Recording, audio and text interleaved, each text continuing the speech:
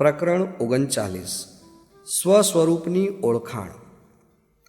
નીલકંઠ એક પછી એક ગામો, શહેરો અને તીર્થો વટાવતા વટાવતા ગુજરાતના પશ્ચિમ તટે આવેલા દરિયા કિનારા તરફ આગળ ધપી રહ્યા હતા.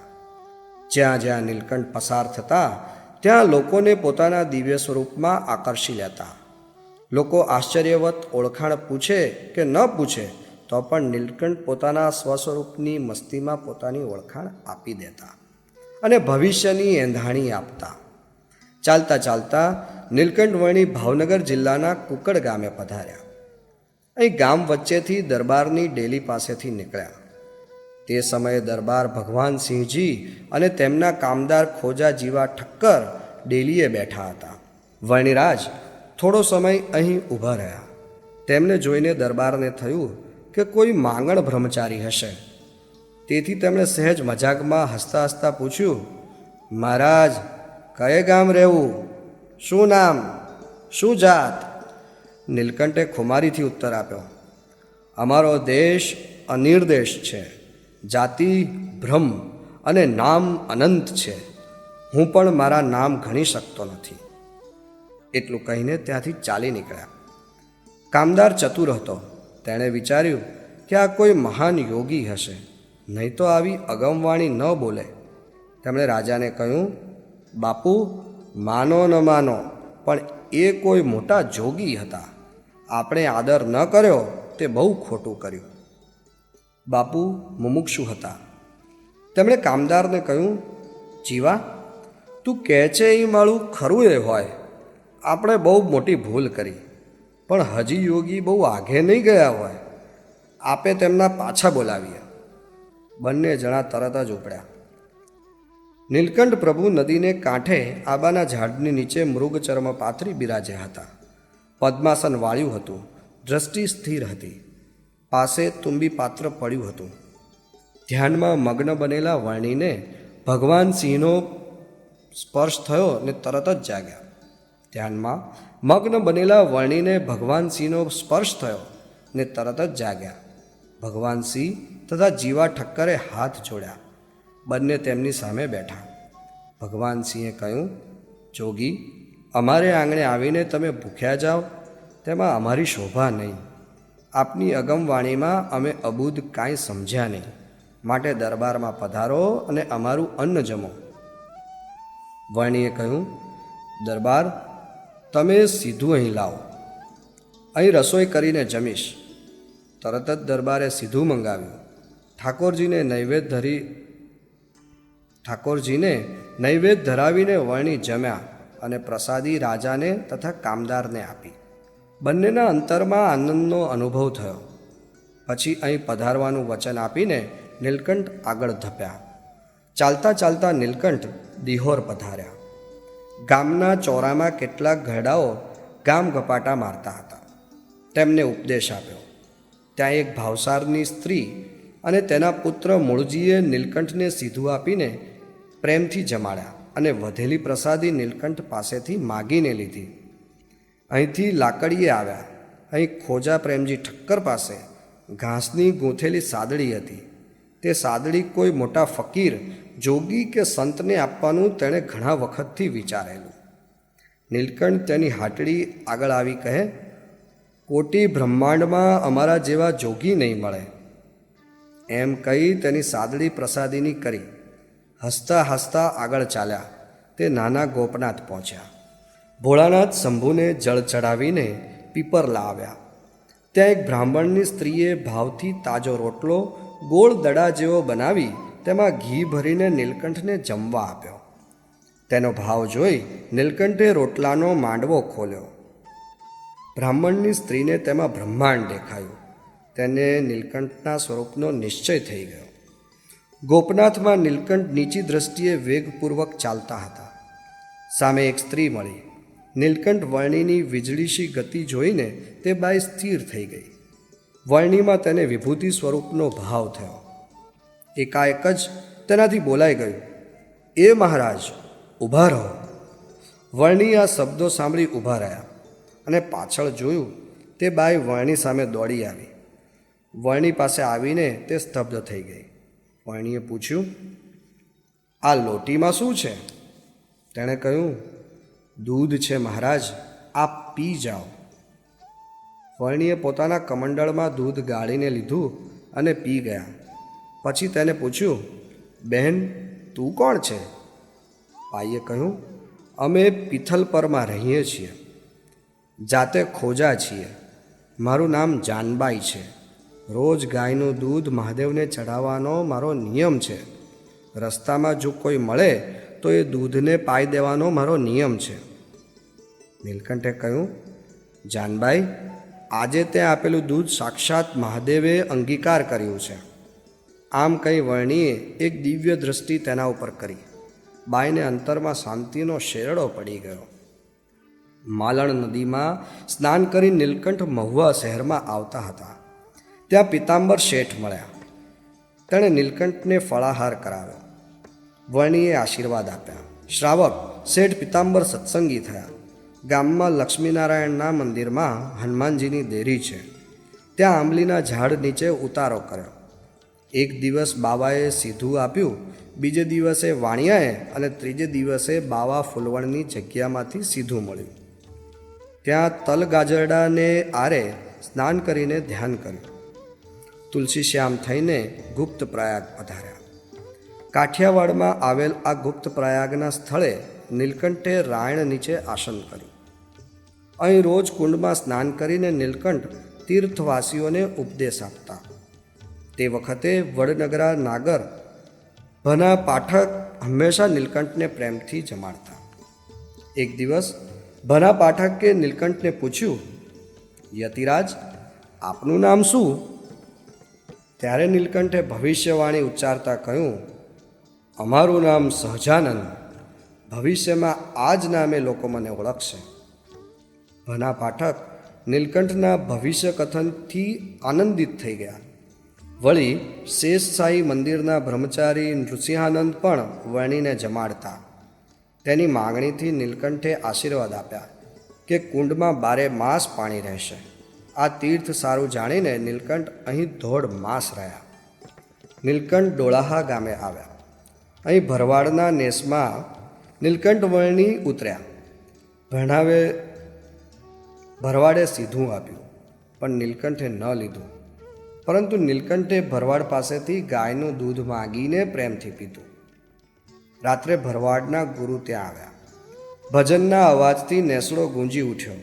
મોડી રાત્રે સૌ સૂતા. વર્ણી ને બાવાજી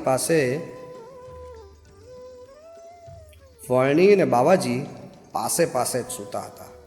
બાવાજી પથારીમાં પડખું ફરે ત્યારે પોતાની ટેવ મુજબ હે રામ એમ બોલી ઉઠે. ત્યારે નીલકંઠ પણ સહેજ જ એમ હોંકારો દેતા. 3-4 વખત વર્ણીએ હોંકારો દીધો એટલે બાવાજી ખાટલામાં બેઠા થઈ ગયા.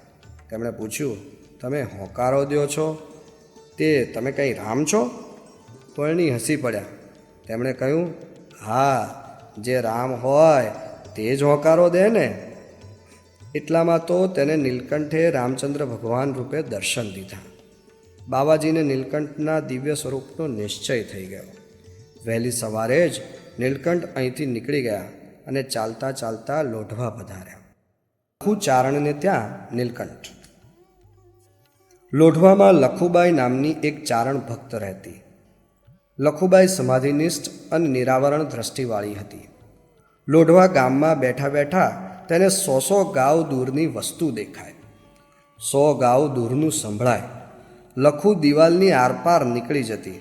કલાકો સુધી આંખ બંધ કરી ધ્યાનમાં બેસતી, સમાધિમાં બેસતી. લખુબાઈ આત્માનંદ સ્વામીની શિષ્ય હતી. તેની સાથે વિઠ્ઠલાનંદ અને બાલાનંદ નામના 2 બ્રહ્મચારીઓ રહે. લખુને ત્યાં ભેંસોનું ખાંડું, તેથી દૂધ દહીંની રેલમછેલ. નીલકંઠ લોઢવામાં લખુબાઈ ચારણને ઘેર પધાર્યા. લખુબાઈ ગામમાં આવતા દરેક સાધુ સંતને સદાવ્રત દેતી.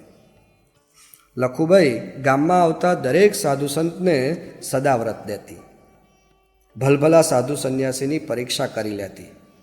લખુને નીલકંઠ સનકાદિક જેવા લાગ્યા.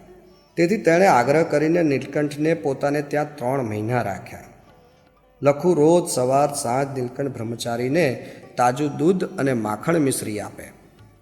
એક દિવસ નીલકંઠે લખુબાઈને પૂછ્યું, ડોસીમાં, તમે ભક્તિ દીક્ષા કોની પાસે લીધી? આ સાંભળી લખુબાએ વાત આરંભી. અમારા ગુરુ આત્માનંદ સ્વામી, તેમનું સ્થાન ગિરનાર પાસે ત્રંબા ગામમાં. આત્માનંદ સ્વામી વચનસિદ્ધ અને ખરા સદ્ગુરુ, સાક્ષાત જીવન મુક્ત.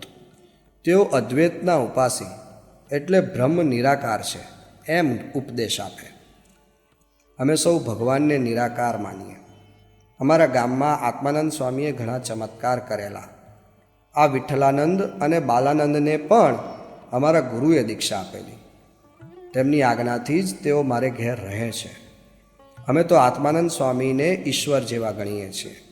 એમ કહીને લખુબાઈ અટકી. તેણે હવે બીજી વાત આરંભી. પ્રકરણ 41. રામાનંદ સ્વામીની વાત. અયોધ્યામાં અજયપ્રસાદ નામે સરવરિયા બ્રાહ્મણ રહે. તેની પત્નીનું નામ સરમની. તેને ત્યાં સંવત 1795ની જન્માષ્ટમીને દિવસે એક પુત્રનો જન્મ થયો. પુત્રનું નામ પાડ્યું રામ શર્મા. રામ શર્માને બાળપણથી જ ભક્તિ ગમે. રામ શર્મા બહુ બુદ્ધિશાળી. 12 વર્ષના થયા ત્યાં સુધી રામ શર્માએ ઘરે અભ્યાસ કર્યો. પછી આગળ અભ્યાસ કરવા ઘર છોડીને ચાલી નીકળ્યા. પછી ઘરે પાછા ફર્યા જ નહીં. તીર્થયાત્રા કરતા જાય અને સાચા ગુરુની શોધ કરતા જાય. ફરતા ફરતા કાઠિયાવાડમાં તળાજા ગામે આવ્યા. તળાજામાં કાશીરામ શાસ્ત્રી રહે. કાશીરામ બહુ ભણેલા અને મહાવિદ્વાન હતા. તેને ત્યાં કેટલાક સંસ્કૃત ગ્રંથો હતા. રામ શર્માએ કાશીરામને ત્યાં રહી કેટલાક ગ્રંથોનો અભ્યાસ કર્યો. અભ્યાસ પૂરો કરી રામ શર્મા નીકળ્યા દ્વારકાની જાત્રાએ. દ્વારિકામાં એક સંન્યાસીએ રામ શર્માને વાત કરી. ગિરનારની તળેટીમાં ત્રંબા ગામમાં આત્માનંદ સ્વામી રહે છે અને આત્માનંદ સ્વામી સિદ્ધ અને ચમત્કારી સંત છે. આથી રામ શર્મા શોધતા શોધતા ત્રંબા ગામે આવ્યા. રામ શર્મા આત્માનંદ સ્વામી પાસે આવીને તેમના શિષ્ય થયા. તેમણે આત્માનંદ સ્વામીને પોતાના ગુરુ કર્યા. આત્માનંદ સ્વામીએ દીક્ષા આપીને રામાનંદ સ્વામી એવું નામ પાડ્યું. પછી તો રોજ ગુરુ શિષ્ય વચ્ચે વાદ વિવાદ થાય. ગુરુ આત્માનંદ સ્વામી કહે, ભગવાન નિર્ગુણ નિરાકાર છે, ભગવાનની મૂર્તિ પૂજા હોય નહીં. અને શિષ્ય રામાનંદ કહે, ભગવાન સાકાર છે, ભગવાનની મૂર્તિ પૂજા અને ભક્તિ કરવી જ જોઈએ. આવી ચર્ચા રોજ થાય. રામાનંદ સ્વામીને શ્રી કૃષ્ણ ભગવાનની ભક્તિ બહુ ગમે. તેમની ઈચ્છા શ્રી કૃષ્ણ ભગવાનના સાક્ષાત દર્શન કરવાની હતી. તેથી તેઓ એક દિવસ આત્માનંદ સ્વામીનો ત્યાગ કરી ચાલી નીકળ્યા. રામાનંદ સ્વામી ચાલતા ચાલતા દક્ષિણ ભારતમાં ગયા. રામાનુજાચાર્યની ગાદીના સ્થાન શ્રી રંગક્ષેત્રે ગયા. અહીં તેમણે શ્રી કૃષ્ણનું ભજન અને રામાનુજની ભક્તિ આદરી. તેથી ભગવાન શ્રી કૃષ્ણએ પ્રસન્ન થઈ રામાનંદ સ્વામીને સ્વપ્નમાં દર્શન દીધા અને રામાનુજાચાર્યએ સ્વપ્નમાં જ તેમને વૈષ્ણવી દીક્ષા આપી. હાથમાં અને છાતીમાં છાપ આપી. વૈષ્ણવ ધર્મ ફેલાવવાની અને સાકાર ભગવાનની ભક્તિનો પ્રચાર કરવાની આજ્ઞા કરી. સ્વપ્નમાંથી અંતર્ધાન થતી વખતે શ્રી કૃષ્ણ ભગવાને કહ્યું, હું સાક્ષાત પોતે પૃથ્વી ઉપર જન્મ લઈને પ્રગટ થઈશ, અનંત જીવોનો ઉદ્ધાર કરીશ અને તમને મળીશ. આ સાંભળી રામાનંદ સ્વામી ખૂબ પ્રસન્ન થયા. પછી તો રામાનંદ સ્વામી આખા ભારતમાં દરેક ઠેકાણે ફરવા લાગ્યા અને શ્રી કૃષ્ણની ભક્તિનો ઉપદેશ આપવા લાગ્યા. બધે ફરતા ફરતા તેઓ ફરીથી પાછા કાઠિયાવાડમાં આવ્યા અને ગુરુ આત્માનંદ સ્વામીને મળ્યા. આ વખતે તેમણે ગુરુ સાથે ફરીથી ચર્ચા કરી. આત્માનંદ સ્વામી હાર્યા. તેમણે અદ્વૈત મતનો ત્યાગ કર્યો અને ભગવાનની મૂર્તિ પૂજા અને ભક્તિ માન્ય કરી. ભગવાનને સાકાર કબૂલ કર્યા. તેમણે બધા શિષ્યોને સ્વામી રામાનંદના આશ્રિત થવા કહ્યું અને આદેશ આપ્યો, હવે તમે સૌ આ રામાનંદ સ્વામીની આજ્ઞામાં રહેજો. થોડા વખત પછી આત્માનંદ સ્વામી સ્વધામ પધાર્યા. એમને બહુ દુઃખ થયું. રામાનંદ સ્વામીએ લોજ ગામમાં આશ્રમ સ્થાપી શ્રી કૃષ્ણનો ઉપદેશ ગામો ગામ આપવા માંડ્યો. રામાનંદ જ્યાં જાય ત્યાં વાત કરતા. હું તો નટના આગમનની ડુગડુગી બજાવું છું. વેશના ભજવનાર ભગવાન સાક્ષાત તો હજી હવે આવશે. લખુબાઈનું ગળું ભરાઈ આવ્યું. લખુએ કહ્યું, બ્રહ્મચારી, અમને તો અમારા ગુરુ આત્માનંદ સ્વામી સિવાય કોઈમાં શ્રદ્ધા બેસતી નથી. બીજા શિષ્યો ભલે રામાનંદ સ્વામી પાસે ગયા, પણ અમે 3 તો અહીં જ રહ્યા છીએ. હું, વિઠ્ઠલાનંદ અને બાલાનંદ તો હજુ પણ ભગવાનને નિર્ગુણ નિરાકાર સમજીએ છીએ. અમે રામાનંદ સ્વામીનો ઉપદેશ સાંભળતા જ નથી. આ સાંભળી નીલકંઠ બ્રહ્મચારીએ લખુબાઈ, વિઠ્ઠલાનંદ અને બાલાનંદને ખૂબ ઉપદેશ કર્યો. અદ્વૈતની નિષ્ઠા તોડાવીને વિશિષ્ટાદ્વૈતની નિષ્ઠા કરાવી. ભગવાન સદાય સાકાર છે તેમ સમજાવ્યું. ભગવાનની પૂજા ભક્તિનો મહિમા સમજાવ્યો. ત્રણેયને સાચું જ્ઞાન થયું. એમ કરતાં 3 માસ પૂરા થયા. નીલકંઠને થયું, આ લખુબાઈએ મારી ખૂબ સેવા કરી છે. હવે તેને સાચી વાત સમજાય છે, માટે લાવ કંઈક આપું. આથી નીલકંઠે તેને વરદાન માગવા કહ્યું. ત્યારે લખુ ડોશી કહે, બ્રહ્મચારી મહારાજ, તમે તો ભગવાન છો, માટે મારો દીકરો વીરો 60 ભેંસું અને વાડી અમર રહે એવા આશીર્વાદ આપો. 3 વાર વર્ણીએ એ જ કહ્યું અને ડોશીએ પણ એ જ માગ્યું. આ સાંભળી નીલકંઠને થયું, ડોશીમાને માગતા નથી આવડતું, માટે લાવ હું જ એને સર્વશ્રેષ્ઠ વસ્તુ આપું. એમ વિચારી નીલકંઠે કહ્યું, લખુ ડોશી, તમને મારું અક્ષરધામ બક્ષિસ આપું છું. એવા આશીર્વાદ આપી નીલકંઠ પ્રભાસ પાટણને માર્ગે ચાલી નીકળ્યા. પ્રકરણ 42. નરસિંહ મહેતાને દર્શન. પ્રભાસ પાટણ અને ભાલકા તીર્થમાં થઈને નીલકંઠે જૂનાગઢની વાટ લીધી. ગિરનારની પ્રદક્ષિણા કરીને ગિરનાર ચઢ્યા. દામોદર કુંડમાં સ્નાન કર્યું. દામોદરજીના મંદિરમાં પૂજારીને દામોદર રૂપે દર્શન લીધા. પછી ગૌમુખી ગંગામાં નહાવા ગયા. ત્યાં ઘણા બાવાઓ રહેતા. તેમણે નીલકંઠને કહ્યું, આ સ્થાન અમારું છે, અમે તમને અહીં નહીં નાહવા દઈએ. આ સાંભળી નીલકંઠે તેમને વામનજી ભગવાન રૂપે દર્શન આપ્યા. બાવાઓને પોતાની ભૂલ સમજાઈ તેમણે નીલકંઠને નવરાવ્યા. ચંદન ચર્ચી ફૂલમાળા પહેરાવીને જમાડ્યા. ઉપર દત્તાત્રેયની જગ્યામાં એક તપસ્વીને દત્તાત્રેય રૂપે દર્શન દીધા. ગિરનાર ઉતરીને નીલકંઠ જૂનાગઢ પધાર્યા. જૂનાગઢમાં હાટકેશ્વર મહાદેવની જગ્યા પાસે જઈને બેઠા. તે વખતે ત્યાંથી એક નાગર બ્રાહ્મણ નીકળ્યો. તેણે નીલકંઠને જોયા. તેને થયું, આ તપસ્વી બહુ વિદ્વાન લાગે છે, માટે લાવ પ્રશ્ન પૂછું. આમ વિચારી તેણે એકી સાથે 10 પ્રશ્નો નીલકંઠને પૂછ્યા. નીલકંઠે 10 પ્રશ્નોનો જવાબ 2 જ વાક્યમાં આપી દીધા.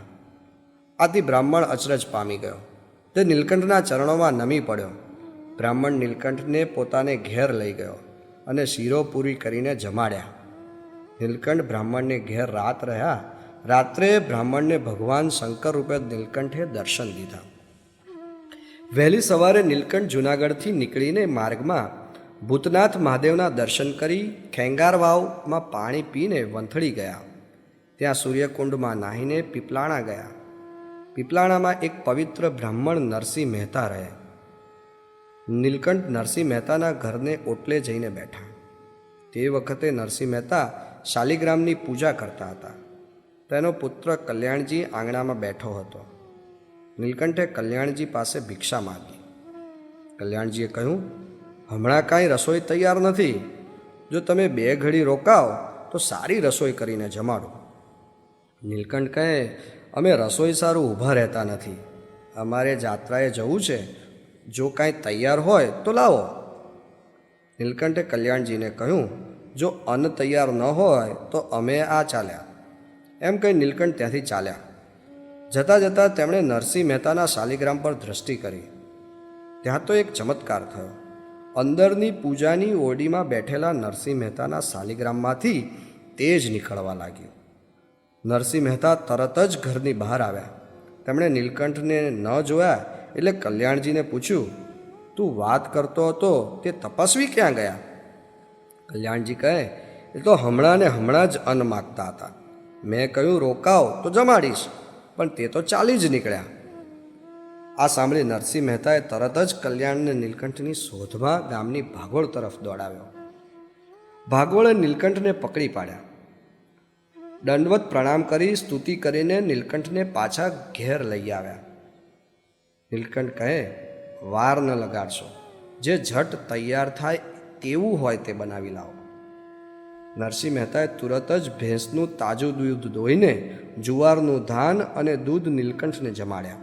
જમીને નીલકંઠે નરસિંહ મહેતાને ચતુર્ભુજ નારાયણ રૂપે દર્શન દીધા. નરસિંહ મહેતાએ નીલકંઠને પ્રણામ કર્યા. નરસિંહ મહેતાને તેમના ગુરુ રામાનંદ સ્વામીના શબ્દો યાદ આવ્યા. રામાનંદ સ્વામી એક વખત તેમને કહ્યું હતું, હું તો ઉદ્ધવજીનો અવતાર છું, સાક્ષાત પુરુષોત્તમ પ્રભુ તો હવે પછી પધારશે અને તમારી સેવા અંગીકાર કરશે. વળી તે વખતે ગિરનારમાં તેને આકાશવાણી સંભળાઈ હતી, સાક્ષાત ભગવાન તારે ઘેર પધારશે અને તને ચતુર્ભુજ નારાયણ રૂપે દર્શન દેશે. નરસિંહ મહેતા નીલકંઠના પગમાં પડી ગયા. તેણે બધી વાત નીલકંઠને કરી. તેમની વાત સાંભળી નીલકંઠે પૂછ્યું, તમને આકાશવાણી કેવી રીતે સંભળાઈ હતી?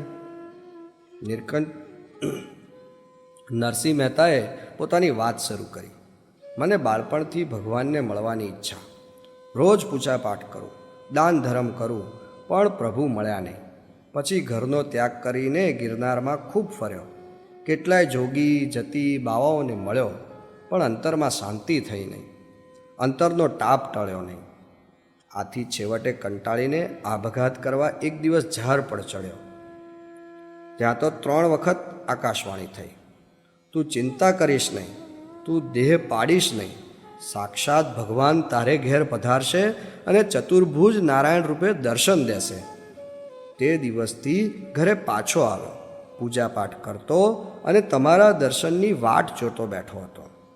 આજે તમારા દર્શન થયા તેથી મારો ઉદ્ધાર થયો છે. પછી નીલકંઠ ઊભા થયા અને બોલ્યા, હવે અમે જઈએ. આ સાંભળી નરસિંહ મહેતા નીલકંઠને વળાવવા સાથે ગયા. ગામને પાદર વડ સુધી ગયા. ત્યાં તેમણે આશ્ચર્ય જોયું. 10 દિશામાંથી એક અવતાર આવ્યા અને નીલકંઠમાં લીન થઈ ગયા. બધે તેજ છવાઈ ગયું. નીલકંઠ અદૃશ્ય થઈ ગયા. નરસિંહ મહેતા આનંદિત થતાં ઘરે પાછા પધાર્યા. નરસિંહ મહેતા આનંદિત થતાં ઘરે પાછા ગયા. નીલકંઠ ચાલતા ચાલતા ગામ આખા થઈને મઢડે જેઠા મેરને ત્યાં પધાર્યા. તેના નિષ્કામી વર્તમાનથી પ્રસન્ન થઈ તેને દિવ્ય દર્શન આપી માંગરોળ પધાર્યા. માંગરોળ ગામ બહાર પશ્ચિમ દિશામાં ડોસા વાવ છે, ત્યાં ઉતારો કર્યો. અહીં વણિક પુત્ર ગોરધનભાઈએ નીલકંઠ વર્ણીને સુખડી જમાડી. માંગરોળથી નીકળી ચાલતા ચાલતા આષાઢી સંવત 1856 એટલે કે વિક્રમ સંવત 1855ની શ્રાવણવદ છઠને દિવસે પ્રભાતે નીલકંઠ વર્ણી લોજ પધાર્યા.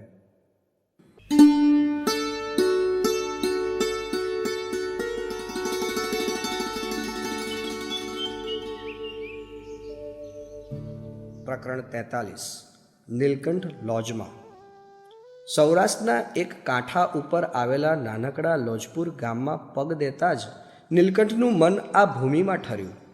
ગામ બહાર ઉત્તર દિશામાં આવેલી વાવ ઉપર પહોંચ્યા. વહેલા પરોડિયાના અજવાળે ધીરે ધીરે પથરાતા હતા. વર્ષા ઋતુના મેઘને પીને ધરતી લીલીછમ ગઈ હતી. નિંદરમાંથી જાગીને પનિહારીઓ વાવમાં પાણી ભરવા જતી હતી.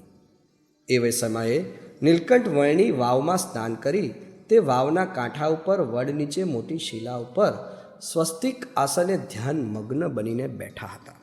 પનિહારીઓની નજર એકાએક નીલકંઠ ઉપર પડી અને જાણે ધરતી સાથે તેમના પગ ચોંટી ગયા હોય તેમ તે બધી ત્યાં જ સ્થિર થઈ ગઈ. આટલી કૃશ કાયા છતાં આવું તેજોમય મુખરવિંદ નીલકંઠને નિરખીને જોતી આ પનિહારીઓ આ કિશોરના વૈરાગ્યથી ધ્રવી ગઈ. ધીરે ધીરે બધી પનિહારીઓ નીલકંઠ સમક્ષ આવીને ઊભી રહી. નીલકંઠ ધ્યાન મગ્ન જ હતા. પનિહારીઓ અંદરોઅંદર ચર્ચા કરવા લાગી કે આવા સુકુમાર અવસ્થામાં આવો વૈરાગ્ય અને આવી તપશ્ચર્યા કરવાનું તેમને કેમ સૂઝ્યું હશે. એટલામાં ત્યાંના આશ્રમના એક સાધુ પાણી ભરવા આવ્યા. તેની વૃત્તિઓ આ કિશોરના સ્વરૂપમાં ખેંચાઈ ગઈ. આ બાળ બ્રહ્મચારી આંખો ખોલે તેની રાહ જોઈને તે પણ ઊભા રહી ગયા. પણ નીલકંઠ હજુ ધ્યાન મગ્ન જ હતા. થાકીને તેઓ વાવમાં પાણી ભરવા ગયા. પાણી ભરી આવીને ફરી નીલકંઠ સમક્ષ તે ઊભા રહ્યા. નીલકંઠના દર્શનથી તેને દિવ્ય આનંદ થવા લાગ્યો. માથે પાણી ભરેલી મોટી ગાગર હતી, છતાં સાધુ સ્થિરતાથી નીલકંઠ વર્ણી આંખો ખોલે તેની રાહ જોઈ ઊભા હતા. થોડી વારે નીલકંઠે આંખ ખોલી. નીલકંઠના ખુલેલા નેત્રથી તેમની પ્રતિભા વિશેષ દીપવા લાગી. સાધુ હર્ષ ઘેલા થઈ ગયા. તેણે નીલકંઠને પૂછ્યું, બ્રહ્મચારીજી, આપ ક્યાંથી પધારો છો? આપનું શુભ નામ, માતા પિતાનું નામ, સાથી વૈરાગ્ય ગ્રહણ કર્યો, આપના ગુરુ કોણ? આ બધું જાણવાની મને ઉત્કંઠા થઈ છે. નીલકંઠે મોહક હાસ્ય કરીને કહ્યું, સાધુરામ, ત્યાગીને જ્ઞાત, જાત, દેશ કે સગા સંબંધીઓ હોતા નથી. જે ભવબંધનમાંથી મુકાવે તે જ માતા પિતા અને તે જ ગુરુ. અમે એવા ગુરુની શોધમાં નીકળ્યા છીએ. તેણે હાથ જોડી ફરી પૂછ્યું. ત્યારે નીલકંઠે પૂછ્યું, સાધુરામ, આપનું શુભ નામ તથા આપ કોના શિષ્ય છો? કોણ સંપ્રદાય છે તે કહો. મારું નામ સુખાનંદ છે. અમારા ગુરુ રામાનુજી દીક્ષાના આચાર્ય છીએ. તેમનો અહીં આશ્રમ છે અને 50 સંતો તે આશ્રમમાં અત્યારે રહે છે.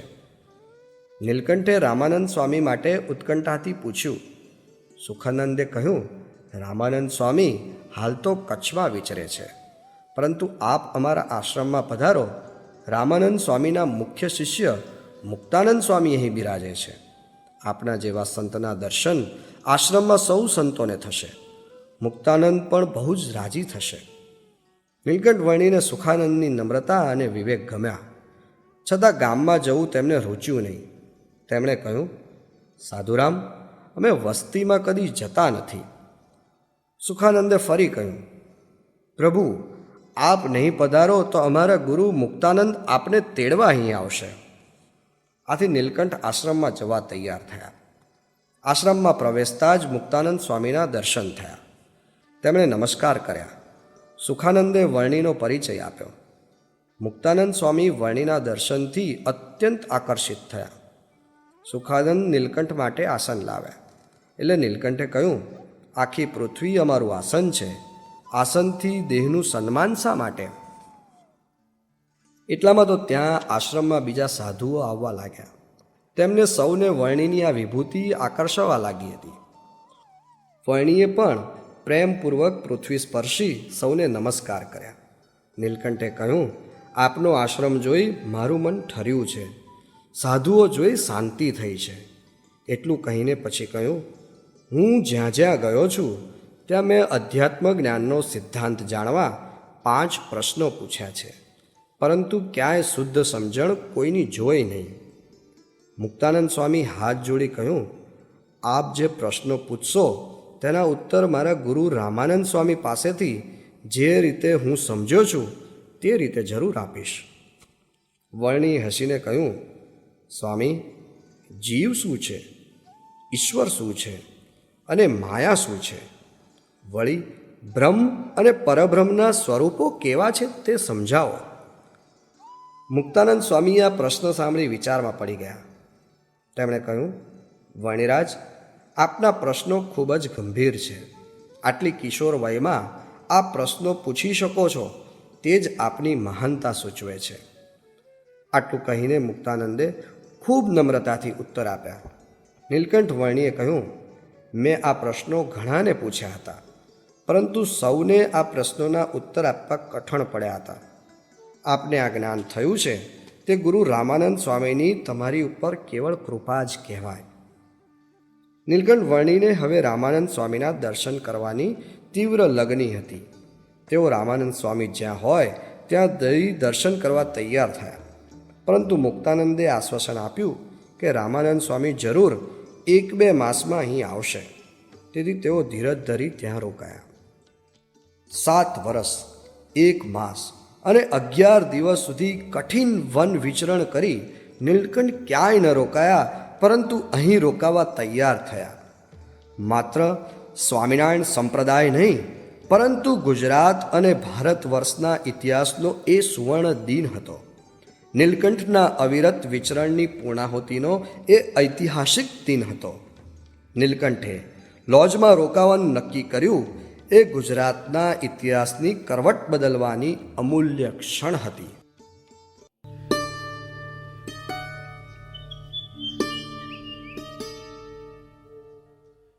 પ્રકરણ 44 વન વિચરણનો સંકેત.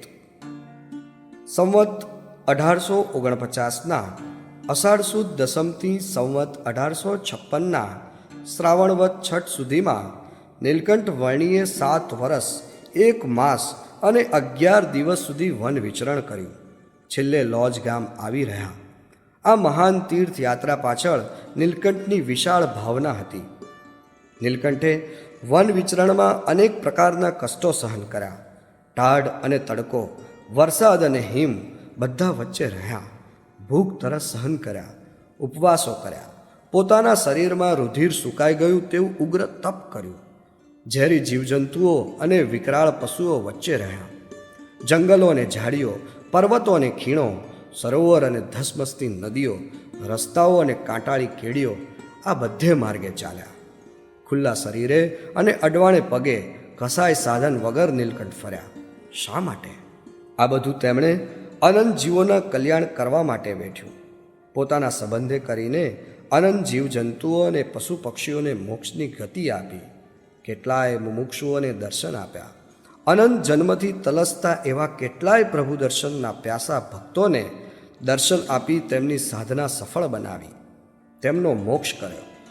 દંભી સાધુઓ અને વૈરાગી બાવાઓનો દંભ ખુલ્લા કરીને પાઠ ભણાવ્યો. અસુરોનો દ્રષ્ટિ માત્રે, સંકલ્પ માત્રે સંહાર કરીને ભગવાનના ભક્તોને માટે ભક્તિનો માર્ગ નિર્વિઘ્ન બનાવી દીધો. કેટલાય વન ઉપવનોમાં અનંતકાળથી તપ કરતા ઋષિમુનિઓને દિવ્ય ગતિ આપી, તેમની તપશ્ચર્યાનું ફળ આપ્યું. હજારો જીવોને પોતાના આશ્રિત બનાવ્યા. નીલકંઠે ભારતની સમગ્ર ભૂમિ ઉઘાડે પગે ફરીને પાવન કરી. નદી, સરોવરો, સાગરો અને વાવ કૂવાઓને પવિત્ર કર્યા. તીર્થોને સજીવન કર્યા. દેવ મંદિરોને પોતાના પ્રભાવથી પાવન કર્યા. આશ્રમો અને મઠોમાં રહેતા સાધુ સંન્યાસીઓને પોતાના વિશુદ્ધ વર્તનથી ઉપદેશ આપ્યો. સાધુ થઈ મોક્ષ મેળવવા ઈચ્છતા મોક્ષ ભોગીઓને પરમહંસ બનાવવા કાઠિયાવાડના માર્ગે દોર્યા. નીલકંઠ જ્યાં જ્યાં ગયા ત્યાં ત્યાં તેમણે અહિંસા અને બ્રહ્મચર્યનો ઉપદેશ આપ્યો. સ્ત્રીઓ અને ધનના ત્યાગનો મહિમા કર્યો. ગૃહસ્થનો, સાધુનો અને રાજાનો ધર્મ સમજાવ્યો. તેમણે તીર્થોનો, મંદિરોનો, સાધુ સંતોના જીવનનો અને સંપ્રદાયોના તત્વજ્ઞાન અને રીત રિવાજોનો સૂક્ષ્મ અભ્યાસ કર્યો. તેમાંથી ગ્રહણ કરવા યોગ્ય સાર તત્વ સ્મૃતિમાં રાખી લીધું. નીલકંઠ જ્યાં જ્યાં ગયા ત્યાં સ્ત્રી ધનના ત્યાગની રુચિવાળા સાધુઓ તથા સંપ્રદાયો છે કે નહીં તે જોયું. ભગવાનને સદા સાકાર માને છે કે નહીં તે જોયું. ભક્તે સહિત ભગવાનની દ્રઢ ઉપાસના છે કે નહીં તે જોયું. તથા જીવ, ઈશ્વર, માયા, બ્રહ્મ અને પરબ્રહ્મ આ 5 ભેદનું તત્વજ્ઞાન ક્યાંય છે કે નહીં તે જોયું. નીલકંઠ વાણીએ આ 5 ભેદો સંબંધી પ્રશ્નો દરેક તીર્થમાં, આશ્રમમાં અને સંપ્રદાયમાં પૂછ્યા હતા, પણ ક્યાંય તેમને સંતોષકારક જવાબ મળેલા નહીં. ઉપર કહ્યો તેવો નીલકંઠની રુચિવાળો સંપ્રદાય ક્યાંય મળ્યો નહીં. આવા અનેક કારણોથી જ નીલકંઠ વર્ણીએ અંતે લોજ ગામમાં રામાનંદ સ્વામીના આશ્રમમાં રહેવાનું પસંદ કર્યું. અહીં સ્ત્રીધનના ત્યાગની રુચિવાળા સંતો હતા. સદા સાકાર ભગવાનની ભક્તે સહિત ઉપાસના હતી. જીવ, ઈશ્વર, માયા, બ્રહ્મ અને પરબ્રહ્મના 5 ભેદોનું તત્વજ્ઞાન માન્ય હતું. શુદ્ધ ભક્તિ સંપ્રદાય હતો. તેથી નીલકંઠે કાઠિયાવાડમાં સ્થિર થવાનું પસંદ કર્યું. વળી નીલકંઠ વર્ણી તો અંતર્યામી અને આર્ષદ્રષ્ટા હતા. તેઓ જાણતા હતા કે મારે જે ભૂમિમાં કામ કરવું છે ત્યાં રામાનંદ સ્વામીએ કાર્યક્ષેત્ર તૈયાર કર્યું છે. શ્રી કૃષ્ણની ચરણરજથી પ્રસાદીની થયેલી કાઠિયાવાડની આ ભૂમિમાં અનંત ભક્તો મારી વાટ જોઈ રહ્યા છે તે નીલકંઠને ખબર હતી. સૌથી મોટું કારણ નીલકંઠ વર્ણીને સ્થિર થવાનું એ હતું કે કાઠિયાવાડ એ તેમના ધામરૂપ અનાદિ અક્ષરબ્રહ્મની જન્મભૂમિ છે. નીલકંઠ વર્ણી પોતે પરબ્રહ્મ પુરુષોત્તમ છે. તે તો પોતાના આદર્શ ભક્ત અનાદિધામ અક્ષરબ્રહ્મ હોય ત્યાં જ આવે ને. આમ નીલકંઠે કાઠિયાવાડ ગુજરાતને પ્યારું ગણી અહીં રહેવા કબૂલ્યું.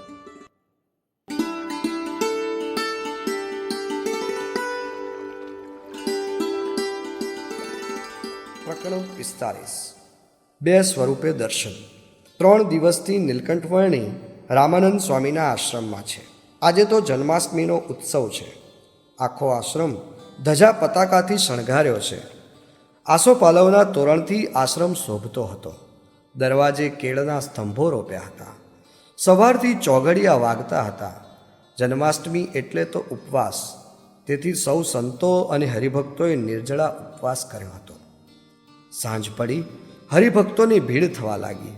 સૌ નાની મોટી ભેટ લઈ આશ્રમમાં આવ્યા. ધૂન ભજનની રમઝટ ચાલી. મુક્તાનંદ સ્વામીએ કથા વાર્તા કરી.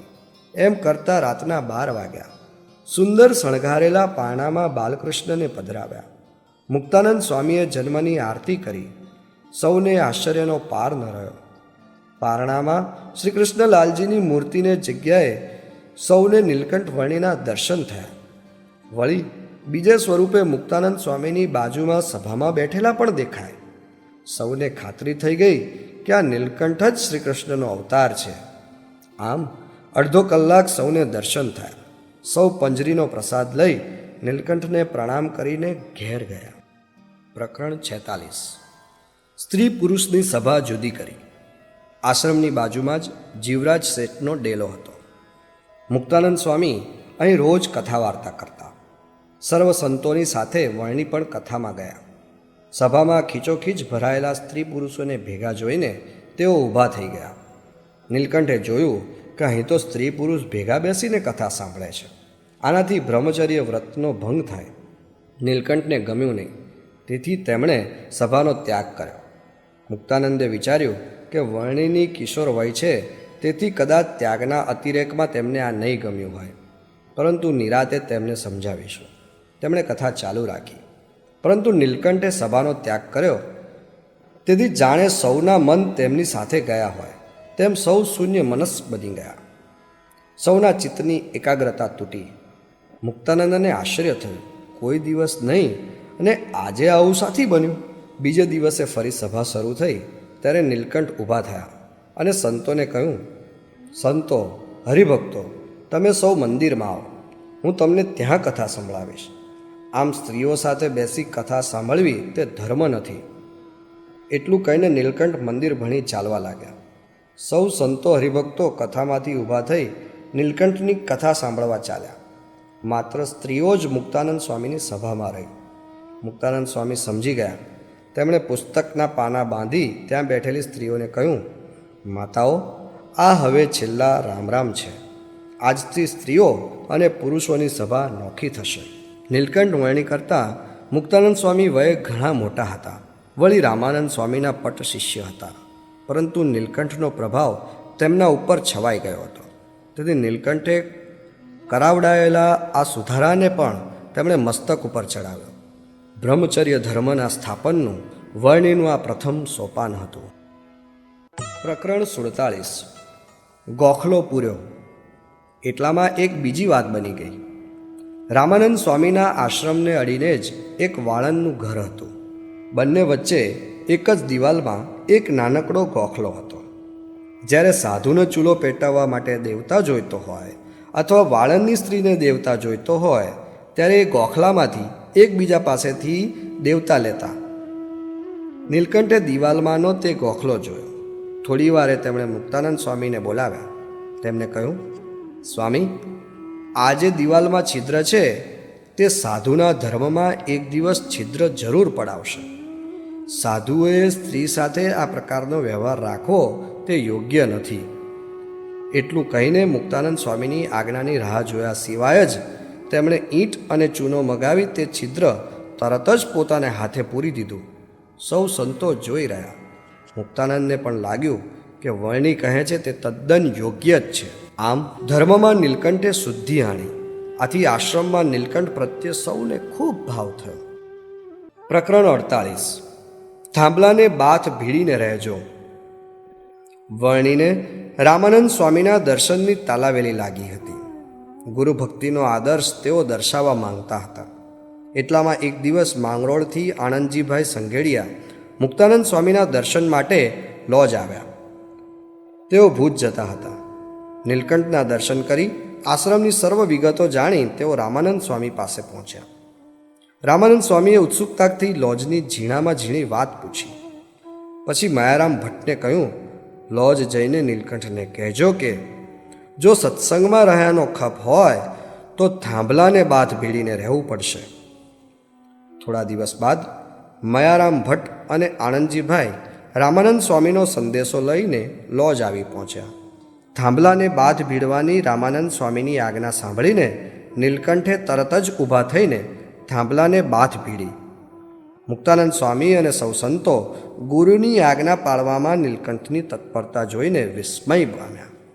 થાંભલાને બાથ ભીડીને ઊભેલા નીલકંઠને જોઈને માયારામ ભટ્ટે કહ્યું, બ્રહ્મચારીજી, થાંભલાને બાથ ભીડીને રહેવું એટલે સત્સંગના સ્તંભ સમાન આ મુક્તાનંદ સ્વામી આજ્ઞામાં રહેવું એમ વાત છે. નીલકંઠ બાથ છોડીને મુક્તાનંદ સ્વામીને વંદન કરવા ગયા. મુક્તાનંદ સ્વામી એમને ભેટી પડ્યા. નીલકંઠ વર્ણીના સંબંધથી આશ્રમના સૌ સાધુઓ પોતપોતાના નિયમ પાલનમાં જાગ્રત રહેવા લાગ્યા. બીજે દિવસે વર્ણીને 2 ઉપવસ્ત્રો આપ્યા, એક અલ્ફી આપી. આ વસ્ત્ર પહેરવા વિનંતી કરીને પછી મુક્તાનંદ સ્વામીએ તેમને કહ્યું, આજથી તમારું નામ સરજુદાસ. સરજુ નદીના પ્રદેશમાંથી તમે આવો છો, તેથી સૌ તમને સરજુદાસ કહેશે. નીલકંઠ આ સાંભળી હસ્યા. તેમણે કહ્યું, સ્વામી, હું તો બ્રહ્મપથનો ભૂમિયો છું. સરયુ પ્રદેશ કે બીજા અનેક પ્રદેશો હું ભૂલી ગયો છું. નીલકંઠે સરજુદાસ નામ ધારણ કરીને આશ્રમની સેવામાં જાતને પરોવી દીધી. નીલકંઠ બધા સંતોને યોગના આસનો અને યોગની ક્રિયા શીખવવા લાગ્યા. આખા દિવસમાં એક જ વખત બપોરે બાજરાનો રોટલો, મરચાં અને મીઠી આવળનો ગોળો જમતા. વહેલા ઉઠતા, સૌ સંતોની સેવા કરતા, સૌને પાણી ખેંચીને નવરાવતા, કાવડ લઈને આજુબાજુના ગામમાં ભિક્ષા માગવા જતા, છાણ વાસીદું પાળતા. એમ દિવસ આખો સેવા અને ભક્તિ કર્યા કરતા. એક દિવસ એક વૈરાગી આવ્યો. સાધુઓ તેને સદાવ્રતમાંથી અન્ન આપવા લાગ્યા, પણ તેણે તે લીધું નહીં. પછી જ્યારે સરજુદાસ જમવા બેઠા ત્યારે તેમની થાળીમાં બાજરાનો અડધો રોટલો અને લવિંગિયા મરચાંનો ગોળો સાધુએ પીરસ્યો. બાવાજીએ ખાવા માગ્યું. બાવાજીને લાડુ જોઈ અંદર ગળપણ હશે તેમ માની મોંમાં પાણી આવ્યું. તેણે બાજરાના રોટલા સાથે લાડુ સમજી મોટો ગ્રાસ લીધો અને મોંમાં મૂક્યો. તે જ ક્ષણે તેની જીભ, આંખ અને નાક બળવા લાગ્યા. તેમાંથી પાણી નીકળવા લાગ્યું. સરજુદાસે તેની દશા જોઈ સાધુને કહ્યું, આને ઘી પાઓ. પછી તેને ઘી પાયું ત્યારે શાંતિ થઈ.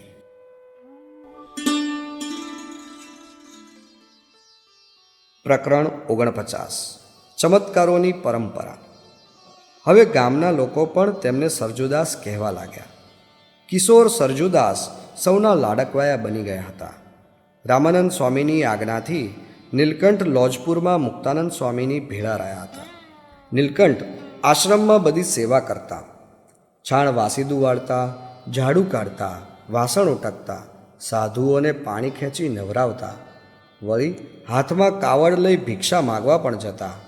નીલકંઠ કાવડ લઈને દરેકના ફળિયામાં જઈને આગળ પાછળ ફરતા ફરતા રામકૃષ્ણ ધૂની ધૂની, રામકૃષ્ણ ધૂની ધૂની એમ બોલતા જાય અને ભિક્ષા લઈને તરત જ બીજા ફળિયામાં જાય. આમ રોજ સવારે ભિક્ષા માગવા જતા. બપોર નમતા નીલકંઠ ચૂલાના બળતણ માટે છાણા વીણવા જતા.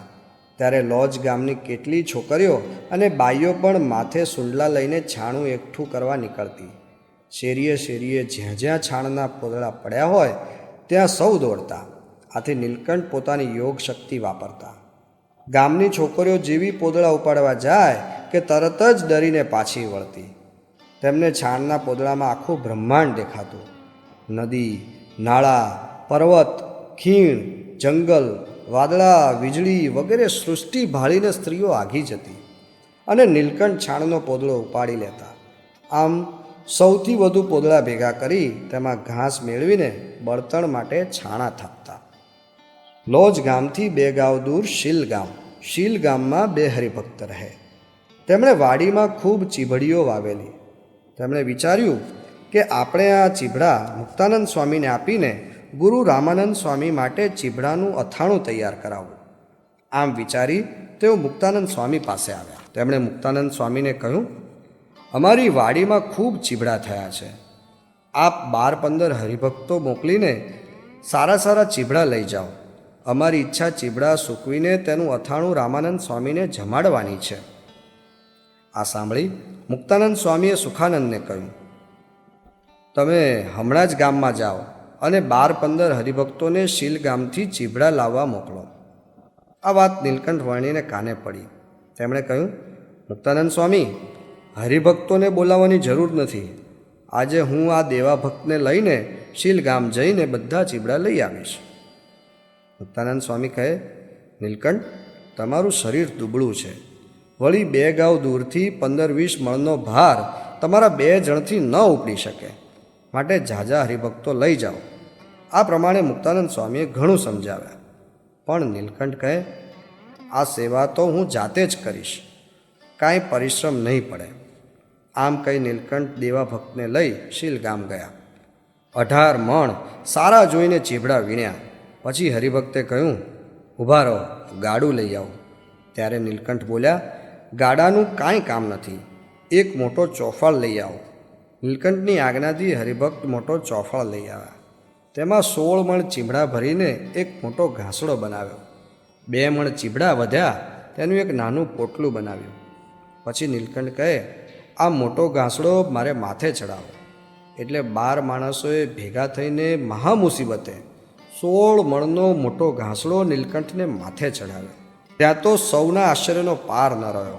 આટલો મોટો ઘાસડો નીલકંઠના માથાની ઉપર એક વેંત અદ્ધર રહ્યો. બાકીનું નાનું 2 મણનું પોટલું દેવા ભક્તે માથે ઉપાડ્યું. પછી તો બંને માંડ્યા ચાલવા. નીલકંઠ તો ચટકતી ચાલે ઉતાવળા ચાલતા જાય. પાછળ આવતા દેવા ભક્ત 1 ગાંવ ચાલ્યા ત્યાં થાક્યા. તેમને તો પરસેવો છૂટવા લાગ્યો. દેવા ભક્ત કહે, મારાથી તો આ 2 મણનું પોટલું ઉપડતું નથી. નીલકંઠ કહે, તમે ગભરાઓ છો શું? જુઓ, સામે રહ્યો પેલો મોટો પથ્થર, તેના પર ચડીને હળવેગથી તમારું પોટલું મારા માથે ઘાસડો છે તેના પર રાખી દો. દેવા ભક્તો નીલકંઠની આજ્ઞા પ્રમાણે પોતાનું પોટલું નીલકંઠને માથે મૂકી દીધું. નીલકંઠને માથે અદ્ધર ઘાસડો અને ઘાસડા માથે પોટલું જોઈ બધા નવાઈ પામે. લોજ ગામ આવ્યું એટલે આશ્રમની ખડકીમાં નીલકંઠે 2 ઘાસડા હેઠે ખડક્યા અને અંદર જઈને કહ્યું, ચીભડા આવી ગયા છે. હવે સાધુઓને કહો કે ટોપલે ટોપલે કરીને અંદર લઈ આવે. મુક્તાનંદ સ્વામી 15 સાધુઓને લઈને બહાર ખડકીમાં આવ્યા. તેઓ તો આટલો મોટો ઘાસડો જોઈ દંગ થઈ ગયા. તેમનો આશ્ચર્યનો પાર ન રહ્યો. દેવા ભક્તે બધી વાત વિસ્તારથી મુક્તાનંદ સ્વામીને કહી. મુક્તાનંદ સ્વામી તો નીલકંઠને સિદ્ધ યોગી જાણીને પગે લાગ્યા. આ સાધુએ ચીભડા કોઠારમાં ભરી દીધા.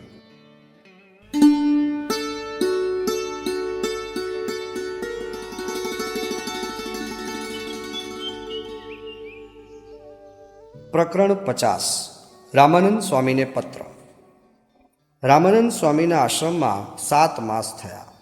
ફાગણ માસ આવ્યો પણ રામાનંદ સ્વામી આવ્યા નહીં. નીલકંઠનું મન રામાનંદ સ્વામીના દર્શન કરવા આતુર થયું. તેમણે મુક્તાનંદ સ્વામીને કહ્યું, આપ આજ્ઞા આપો તો ગુરુના દર્શન કરવા કચ્છ જઈએ. મુક્તાનંદ સ્વામીએ કહ્યું, ગુરુ હવે થોડા દિવસમાં જ અહીં આવશે, તમે અહીં રહો, આપણે ગુરુને પત્ર લખી મોકલીએ. તેથી તેમણે સંવત 1856ના ફાગણવદ 5મે રામાનંદ સ્વામી ઉપર પત્ર લખ્યો. નીલકંઠે પણ પત્ર લખ્યો. આ પત્રો લઈ માણાવદરના મયારામ ભટ્ટ રામાનંદ સ્વામી પાસે ગયા. મયારામ ભટ્ટ 7 દિવસે ભુજનગર પહોંચ્યા. દંડવત પ્રણામ કરીને ભટ્ટજીએ પત્રો કાઢી રામાનંદ સ્વામીના હાથમાં આપ્યા. પત્રો હાથમાં લેતા જ તેમના મુખ ઉપર આનંદ તરી આવ્યો. તેમણે બંને પત્રો માથે અડાડ્યા. નીલકંઠનો પત્ર છાતી અડાડ્યો. રામાનંદ સ્વામીએ પહેલાં મુક્તાનંદ સ્વામીનો પત્ર ઉગાડ્યો. તે વાંચતા મુખારવિંદ ઉપર આનંદ ઉભરાવા લાગ્યો. પછી સરજુદાસનો પત્ર ખોલ્યો. પત્રના શબ્દોમાં નીલકંઠનો દિવ્ય પ્રભાવ અને તેમના જ્ઞાન, વૈરાગ્ય અને ભક્તિનો ભાવ હતો. અક્ષરો અનિર્દેશ ન હતા. રામાનંદ સ્વામી આનંદ વિભોર બની બોલી ઉઠ્યા, જેમની હું રાહ જોતો હતો તે આવી ગયા. સાક્ષાત પરબ્રહ્મ સૌને મોક્ષનું દાન દેવા આવી પહોંચ્યા છે. રામાનંદ સ્વામીની આંખોમાં હર્ષાશ્રુ આવી ગયા. સ્વામી બોલી ઉઠ્યા, ધન્ય ધન્ય તમે વર્ણિરાજ, અમારા ટળ્યા સર્વ ઉચાટ.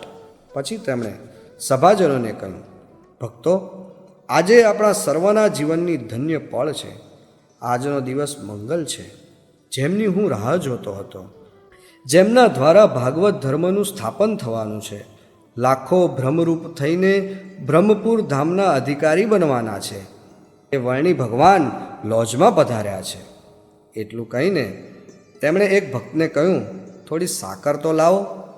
રામાનંદ સ્વામીએ પોષ ભરીને સાકર પ્રથમ માયારામ ભટ્ટને આપી અને કહ્યું, ભટ્ટજી, આજે તમે આનંદના સમાચાર લાવ્યા છો, તેથી હું તો તમને આટલું જ આપું છું, પણ વર્ણિ તમને ઘણું આપશે, ન્યાલ કરી દેશે.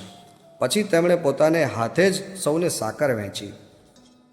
બીજે દિવસે તેમણે વર્ણિરાજ ઉપર અને મુક્તાનંદ સ્વામી ઉપર પત્રો લખ્યા. બંને પત્રો બીડીને તેમણે ભટ્ટજીને આપ્યા. તેમણે કહ્યું, રસ્તામાં જે જે ગામ આવે ત્યાં સૌને વર્ણિ લોજ પધાર્યા છે તે સમાચાર આપજો, અને સૌ તેમના દર્શન કરવા લોજ જાય તેવી અમારી આજ્ઞા છે તે સૌને કહેજો. ભટ્ટજી ત્યાંથી લોજની વાટે વહેતા થયા.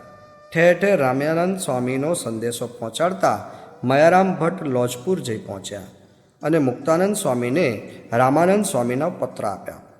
મુક્તાનંદ સ્વામીએ બંને પત્રો ખોલ્યા. સ્વામીએ મુક્તાનંદ સ્વામી ઉપર લખ્યું હતું, વર્ણિ ત્યાં આવ્યા છે તો તેમને સાચવશો. વર્ણિ આ લોકના નથી, તેની પ્રતીતિ ભવિષ્યમાં થશે. તેમની પાસે સાધુઓને અષ્ટાંગ યોગ શીખવજો. અમે વૈશાખ ઉતરતા ત્યાં આવીશું. અને વર્ણિને લખ્યું હતું, તમો તમારા દેહની સંભાળ રાખજો. આ દેહે હજુ ઘણા કામ કરવાના છે. હમણાં ત્યાં જ રહેજો. અહીં આવવાની ઉતાવળ કરશો નહીં. ત્યાં સાધુઓને અષ્ટાંગ યોગ શીખવજો. જેમ તમને અમારા દર્શનની તાણ છે, તેમ અમને પણ તમારા દર્શનની તાલાવેલી છે. છતાં સત્સંગના કાર્ય અર્થે વિચરણ કરવું પડે છે. સત્સંગીઓને રાજી રાખવા પડે છે. પ્રકરણ 51. નીલકંઠનો મહિમા. શેખપાટ નામે ગામ. ત્યાં લાલજી સુથાર નામના રામાનંદ સ્વામીના ભક્ત રહેતા. લાલજી સુથાર તો ગુરુ રામાનંદ સ્વામી પાસે કચ્છ ગયા અને ગુરુને પ્રણામ કર્યા. સ્વામીએ પૂછ્યું, કેમ અહીં અચાનક આવ્યા? લાલજી સુથાર કહે, થોડા દિવસ પહેલાં મયારામ ભટ્ટ આપનો પત્ર લઈને લોજ જતા હતા, ત્યારે ગામ શેખપાટમાં રાત રોક્યા. મયારામ ભટ્ટે મને કહ્યું કે લોજમાં વર્ણિ આવ્યા છે, તે આપના કરતાંય સમર્થ છે. મને થયું કે આપને આવીને વાત કરું કે મયારામ આપના નામે વર્ણિનો મહિમા ચલાવે છે. આ સાંભળી રામાનંદ સ્વામીએ કહ્યું, તમે અહીં આવ્યા જ શા માટે? મેં મયારામ સાથે સૌને કહેવરાવ્યું હતું કે લોજમાં વર્ણિના દર્શને જજો, તો તમે લોજ કેમ ના ગયા? લાલજી કહે, તે નીલકંઠ એવા કેવા મોટા છે? શું દત્તાત્રેય, ઋષભદેવ, રામચંદ્ર કોના જેવા મોટેરા છે? રામાનંદ સ્વામી કહે, એ સર્વે મોટા છે, એનાથી પણ શ્રી કૃષ્ણ મોટા છે. એ સર્વેથી મોટા નીલકંઠ છે. નીલકંઠ વર્ણિ તો અવતારના અવતારી છે. એનો મહિમા તો કહીએ એટલો ઓછો છે. એનું ધ્યાન તો મોટા મોટા યોગી અને મુનિઓ ધરે છે. એવા મોટા વર્ણિરાજના દર્શન મૂકીને તમે કચ્છમાં શા માટે આવ્યા? જાઓ લોજપુર અને નીલકંઠ વર્ણિના દર્શન કરી પ્રણામ કરજો. લાલજી સુથાર આ સાંભળી આશ્ચર્યચકિત થઈ ગયા. આનંદિત થઈને ગુરુને પ્રણામ કર્યા. લાલજી હોંશે હોંશે નીલકંઠના દર્શન કરવા લોજપુરની વાટે ચાલ્યા. લાલજી સુથાર નીલકંઠ વર્ણિના દર્શન કરીને ધન્ય થયા. તેમણે રામાનંદ સ્વામીના અંતર્ધ્યાન થયા બાદ દીક્ષા લીધી અને નિષ્કુળાનંદ સ્વામી નામ ધારણ કર્યું. પ્રકરણ 52. રામાનંદ સ્વામી સાથે મિલન. નીલકંઠને લોજમાં આવે લગભગ 9 માસ થઈ ગયા, છતાં રામાનંદ સ્વામી સાથે મિલન થયું નહીં. તેથી મુક્તાનંદ સ્વામીને નીલકંઠે ગમે તેમ કરીને પોતાની દર્શનની તૃષા સંતોષવા કહ્યું. રામાનંદ સ્વામીના મિલનને હજુ સમય જાય તેમ હતો, તેથી મુક્તાનંદ સ્વામીએ ધીરજ આપી. અચાનક નીલકંઠે મુક્તાનંદ સ્વામીને કહ્યું, સ્વામી, કાલે આપ પૂજામાં બેસો ત્યારે હું આપની બાજુમાં બેસીશ. મુક્તાનંદ સ્વામીને આ કંઈ સમજાયું નહીં. બીજે દિવસે મુક્તાનંદ સ્વામી પૂજા કરવા બેઠા ત્યારે નીલકંઠ તેમની સમક્ષ આવીને બેસી ગયા. મુક્તાનંદ સ્વામી ધ્યાનમાં બેઠા. તેમને ધ્યાનમાં રામાનંદ સ્વામીના દર્શન થતા હતા. તેથી સરજુદાસે તરત જ યોગ શક્તિથી પોતાની વૃત્તિ મુક્તાનંદ સ્વામીની વૃત્તિ સાથે જોડી દીધી. મુક્તાનંદ સ્વામી સન્મુખ પ્રત્યક્ષ થયેલા રામાનંદ સ્વામીના નીલકંઠે દર્શન કર્યા. ગૌર અને પુષ્ટ શરીર, કમળદળ સમી આંખો, તીવ્ર નાસિકા, વિશાળ ભાલ, ગોળ ઊંડી નાભી, આવી મનોહર મૂર્તિ જોઈ નીલકંઠને આનંદ થયો. મુક્તાનંદ સ્વામી ધ્યાનમાંથી જાગ્રત થયા ત્યારે આનંદસભર નીલકંઠે કહ્યું, મેં રામાનંદ સ્વામીના દર્શન કરી લીધા. એટલું કહીને તેમણે રામાનંદ સ્વામીની મૂર્તિનું વર્ણન કર્યું. સૌ આશ્ચર્ય મુગ્ધ થઈ ગયા.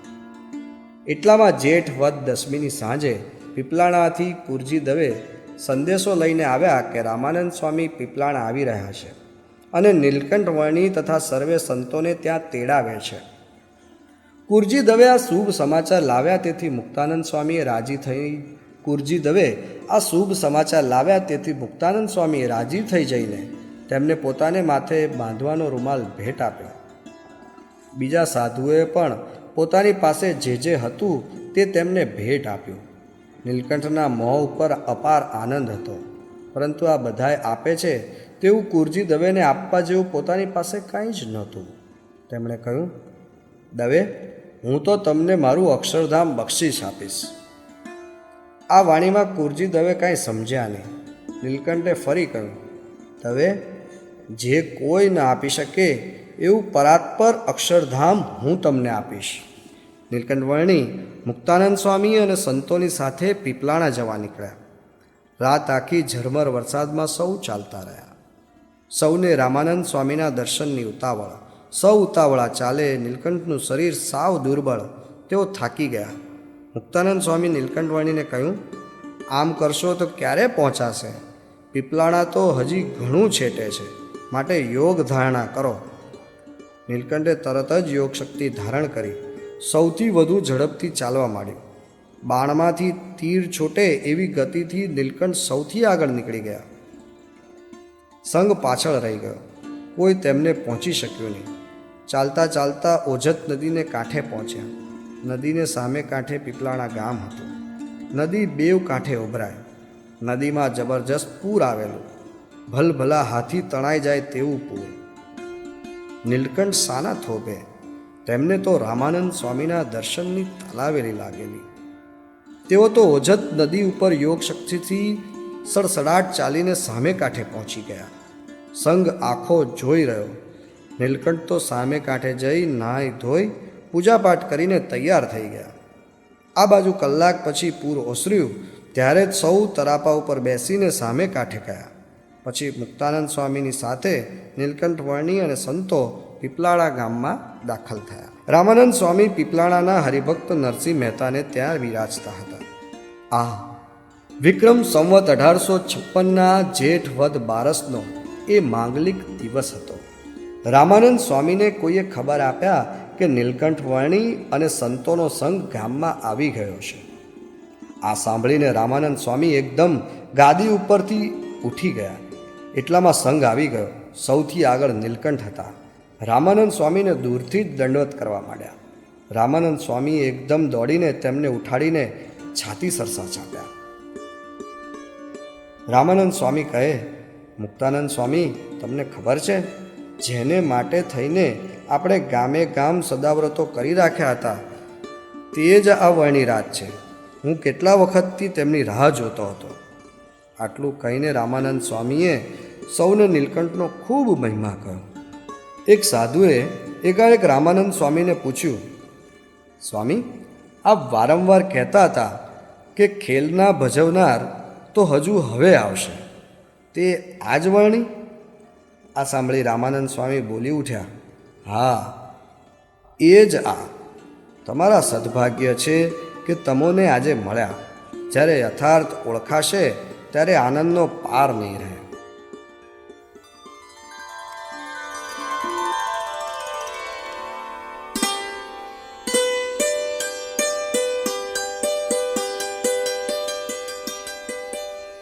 પ્રકરણ 53.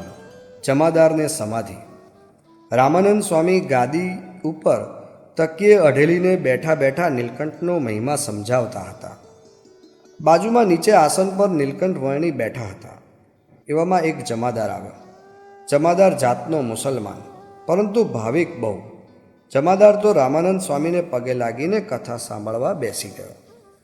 નીલકંઠની કૃપા દ્રષ્ટિથી તેને સમાધિ થઈ. સમાધિમાં જમાદારને અક્ષરધામના દર્શન થયા.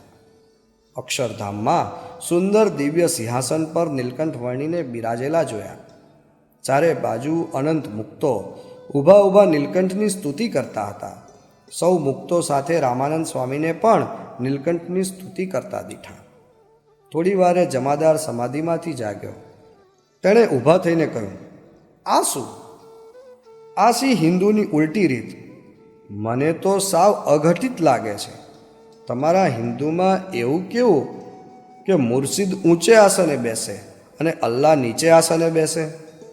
રામાનંદ સ્વામી હસતા હસતા કહે, જમાદાર સાહેબ, એ તમે ન સમજો. આ તો અમારી હિન્દુની અસલની રીત છે. વશિષ્ઠ ઋષિ ઊંચે આસને બેસતા અને રામચંદ્ર ભગવાન તેમની પાસે નીચે બેસતા. નીલકંઠ વર્ણી મંદમંદ હસતા આ સંવાદ સાંભળે. જમાદારને આ વાતમાં જાજી ગમ પડી નહીં. તે તો નીલકંઠને પગે લાગીને આશ્ચર્યથી માથું ખંજવાળતો ચાલ્યો ગયો. પ્રકરણ 54. દીક્ષા આપી. નીલકંઠ વર્ણી રામાનંદ સ્વામી સાથે ચાતુર્માસ રહ્યા. દિવાળીમાં અન્નકૂટની સેવા કરી. સંવત 1857ની પ્રબોધિની કાર્તિકી સુદ એકાદશી આવી. સૌએ નિર્જળા ઉપવાસ કર્યો હતો. નાહી ધોઈ પૂજાપાઠ કરી નીલકંઠ રામાનંદ સ્વામીને પગે લાગ્યા. પછી કહે, સ્વામી, તમે મારા માતા પિતા છો. તમે જ મારા ગુરુ છો. કૃપા કરીને આજે મને મહાદીક્ષા આપો. રામાનંદ સ્વામીએ ઢોલ, ત્રાસા, શરણાઈ વગેરે વાજા વગાડનારાઓને બોલાવ્યા. મોટો ઉત્સવ કરાવ્યો. સારા બ્રાહ્મણ બોલાવી શાસ્ત્ર પ્રમાણે યજ્ઞ વિધિ કરાવી. નીલકંઠે મુંડન કરાવ્યું. માથા ઉપરથી જટા ઉતરી ગઈ. સુંદર વસ્ત્રો પહેરી નીલકંઠ વર્ણી યજ્ઞશાળામાં ગુરુ રામાનંદ સ્વામી પાસે આવ્યા. રામાનંદ સ્વામીએ નીલકંઠના ગળામાં તુલસીની બેવડી કંઠી પહેરાવી. ચંદનથી કપાળમાં ઉર્ધ્વપુંડ તિલક કર્યું. 2 ભુજા તથા છાતીમાં ચંદન ચર્ચ્યું. કાનમાં ગુરુ મંત્ર આપ્યો અને સહજાનંદ સ્વામી તથા નારાયણ મુનિ એમ 2 નામ પાડ્યા. ભાગવતી દીક્ષા આપી. રામાનંદ સ્વામીએ કેટલોક ઉપદેશ આપ્યો. હે સહજાનંદ, તમે ધર્મ પાળજો અને સૌને ધર્મ પળાવજો. આ પૃથ્વી ઉપરના જીવોનું કલ્યાણ કરજો. મહિમાએ સહિત ભક્તિ પ્રવર્તાવજો. રામાનંદ સ્વામીને આજે હર્ષ સમાતો ન હતો. તેઓ સહજાનંદ સ્વામીના દર્શનમાં જાણે ખોવાઈ ગયા હતા. સૌ સંતો તથા સભાજનો પણ આ નવદીક્ષિત શ્રી સહજાનંદ સ્વામીના સ્વરૂપમાં જાણે લીન થઈ ગયા હોય એવું સૌને લાગ્યું. આમ નીલકંઠ હવે સહજાનંદ સ્વામી બન્યા. પ્રકરણ 55. ધર્મધુરા સોંપી. પછી સહજાનંદ સ્વામી રામાનંદ સ્વામી સાથે જ ગામડે ગામડે વિચરણ કરતા. સહજાનંદ સ્વામી ગુરુ રામાનંદ સ્વામી સાથે સોરઠમાં કેટલાય ગામોમાં ફર્યા. જ્યાં જ્યાં તેઓ જતા ત્યાં રામાનંદ સ્વામી હરિભક્તોને સહજાનંદ સ્વામીનો અપરંપાર મહિમા કહેતા. હરિભક્તોને સહજાનંદ સ્વામીના દર્શન હરિભક્તોને સહજાનંદ સ્વામીના દર્શને શાંતિ થઈ જતી. સહજાનંદ સ્વામી તો રોજ રોટલો અને મરચા જ જમતા. તેમનું શરીર સાવ દુર્બળ. તેથી રામાનંદ સ્વામી રોજ સહજાનંદ સ્વામીને શરીરે મીણનું તેલ ચોળાવતા. વ્રત ઉપવાસ કરવાની ના પાડતા. જમવા પણ હંમેશા પોતાની પાસે જ બેસાડતા. આગ્રહ કરીને સહજાનંદ સ્વામીને પૌષ્ટિક પાક અને મિષ્ટાન જમાડતા. શરીર પુષ્ટ થાય તે માટે માખણ મિશ્રી જમાડતા અને સાંજે દૂધ સાકર જમાડતા. એમ કરતાં વરસ નીકળી ગયું. રામાનંદ સ્વામીએ મુક્તાનંદ, સુખાનંદ વગેરે સાધુઓને તથા રામદાસભાઈ, માચો ભગત, ભીમભાઈ, પર્વતભાઈ, માયારામ ભટ્ટ વગેરે હરિભક્તોને બોલાવ્યા. પછી રામાનંદ સ્વામીએ પૂછ્યું, આ સત્સંગની ગાદી ધર્મધુરા મારે આપવી છે, તે કોને આપવી? સૌ સંતો તથા હરિભક્તો બોલ્યા, સ્વામી, આ બાળ બ્રહ્મચારી સહજાનંદ સ્વામી જ ધર્મધુરાને યોગ્ય છે. ગુરુ રામાનંદ સ્વામીએ કહ્યું, મારા અંતરની જે વાત હતી તે તમે સૌએ કરી, માટે ચાલો તૈયારી કરીએ. રામાનંદ સ્વામીએ મોટેરા હરિભક્તોને બોલાવી સલાહ લીધી. બ્રાહ્મણોને બોલાવી મુહૂર્ત કઢાવ્યું. બ્રાહ્મણોએ કાર્તિક સુદ એકાદશીનું મુહૂર્ત કઢાવ્યું. રામાનંદ સ્વામીએ કંકોત્રી લખાવી અને સૌને મોકલી. કંકોત્રીમાં સૌને આજ્ઞા કરી કે તમે સૌ સહકુટુંબ આવજો, આ અવસર ચૂકતા નહીં. પછી બ્રાહ્મણોની અને યજ્ઞની વ્યવસ્થા કરવા રામાનંદ સ્વામીએ માયારામ ભટ્ટને કહ્યું. પર્વતભાઈને ચણસો લાવવા તથા મૂકવાનું કામ સોંપ્યું. ભીમભાઈને ગાદલા અને ગોદડાની વ્યવસ્થામાં રાખ્યા. ગોવર્ધનભાઈને ઘી, તેલ, અનાજ વગેરે સીધું સામાનની ગોઠવણમાં રાખ્યા. હીરજીભાઈને હિસાબ કિતાબ અને હરિભક્તોની સરભરામાં રાખ્યા. આમ સેવાની વહેંચણી કરી. જેતપુરમાં હજારો હરિભક્તો બેસે તેવો મોટો મંડપ બંધાયો. સુંદર યજ્ઞશાળા, પાકશાળા, ઘોડશાળ વગેરે તૈયાર કર્યા. કેળના સ્તંભ રોપીને દરવાજા તથા કમાનો બનાવી. ધજા પતાકા અને આસોપાલવના તોરણોથી આખો મંડપ અને જેતપુર શહેર શોભી ઉઠ્યું. સંવત 1858ની કાર્તિક સુદ એકાદશીનો દિવસ આવ્યો. જેતપુર શહેરની શેરીઓ અને માર્ગો હરિભક્તોથી ભરાઈ ગયા. વહેલી સવારથી જ ચોઘડિયા વાગવા માંડ્યા. ગુરુ રામાનંદ સ્વામી સાથે સહજાનંદ સ્વામી, મુક્તાનંદ સ્વામી, સુખાનંદ સ્વામી વગેરે શિષ્યો વહેલી સવારે ભાદર નદીએ નાહવા ગયા. નાહીને સૌ પાછા ઉતારે પધાર્યા. સહજાનંદ સ્વામીએ પૂજાપાઠ કરીને રામાનંદ સ્વામીના ચરણોમાં સાષ્ટાંગ દંડવત પ્રણામ કર્યા. ગુરુનું પૂજન કર્યું. પછી સૌ વાજતે ગાજતે મંડપમાં જવા નીસર્યા. ઢોલ, શરણાઈ વાગતા હતા. સિપાહીઓ બંદૂકના ધડાકા કરતા હતા. સંત મંડળો કીર્તન ગાતા હતા. રામાનંદ સ્વામી અને સહજાનંદ સ્વામી બંને બે ઘોડાની બગીમાં બેઠા હતા. એમ આખું ફુલેકું મંડપમાં પધાર્યું. વેદિયા બ્રાહ્મણોના મંત્રોચ્ચારથી મંડપ ગાજતો હતો. શરણાઈ, નગારા વાગતા હતા. મંડપના મધ્યમાં જ યજ્ઞકુંડ હતો. તેની દક્ષિણે સુંદર આસન ગોઠવ્યું હતું.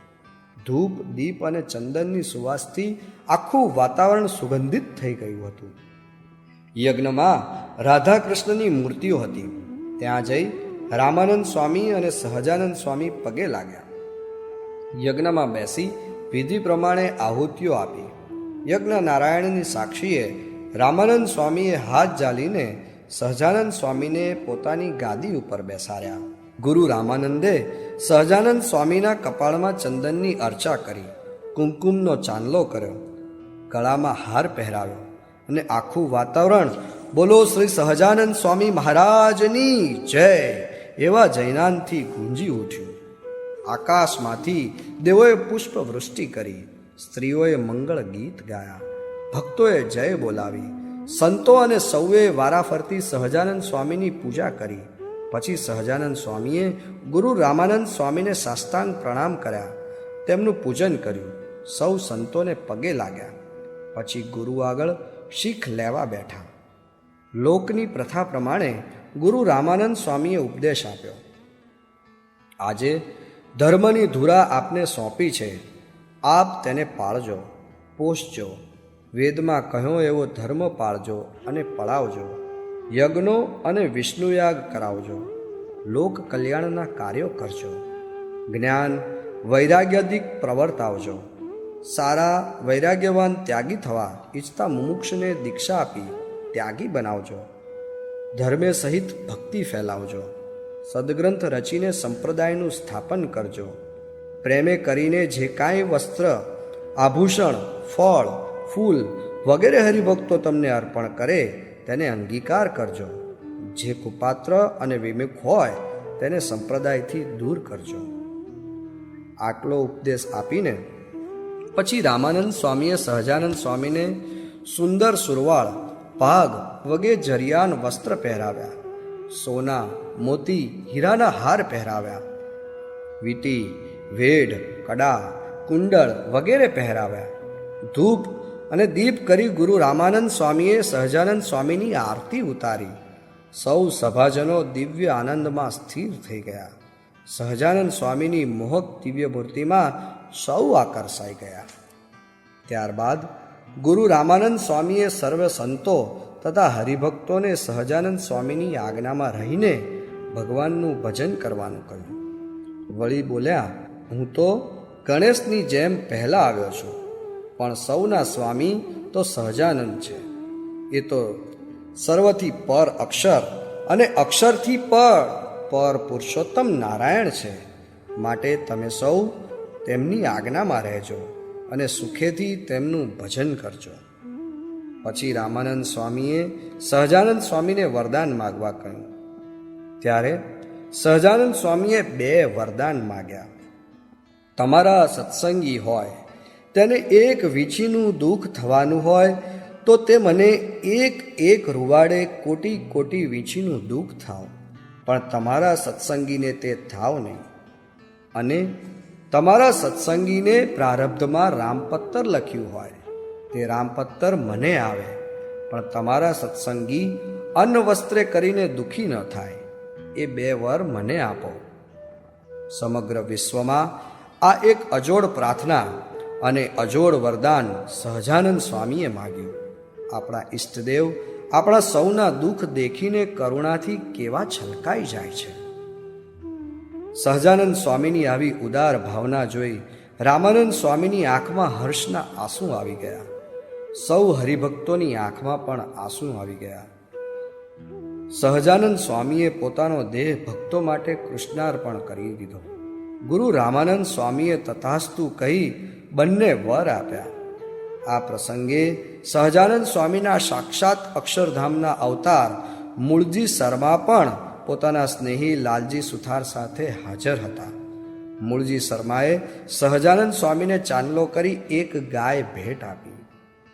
સહજાનંદ સ્વામીએ તેમની ઓળખાણ કરાવતા કહ્યું, આ મૂળજી અમારે રહેવાનું સાક્ષાત અક્ષરધામ છે. અનેક ભક્તોએ સહજાનંદ સ્વામીને જાત જાતની ભેટ આપી. ત્યારબાદ શહેરમાં સહજાનંદ સ્વામીની ભવ્ય શોભાયાત્રા નીકળી.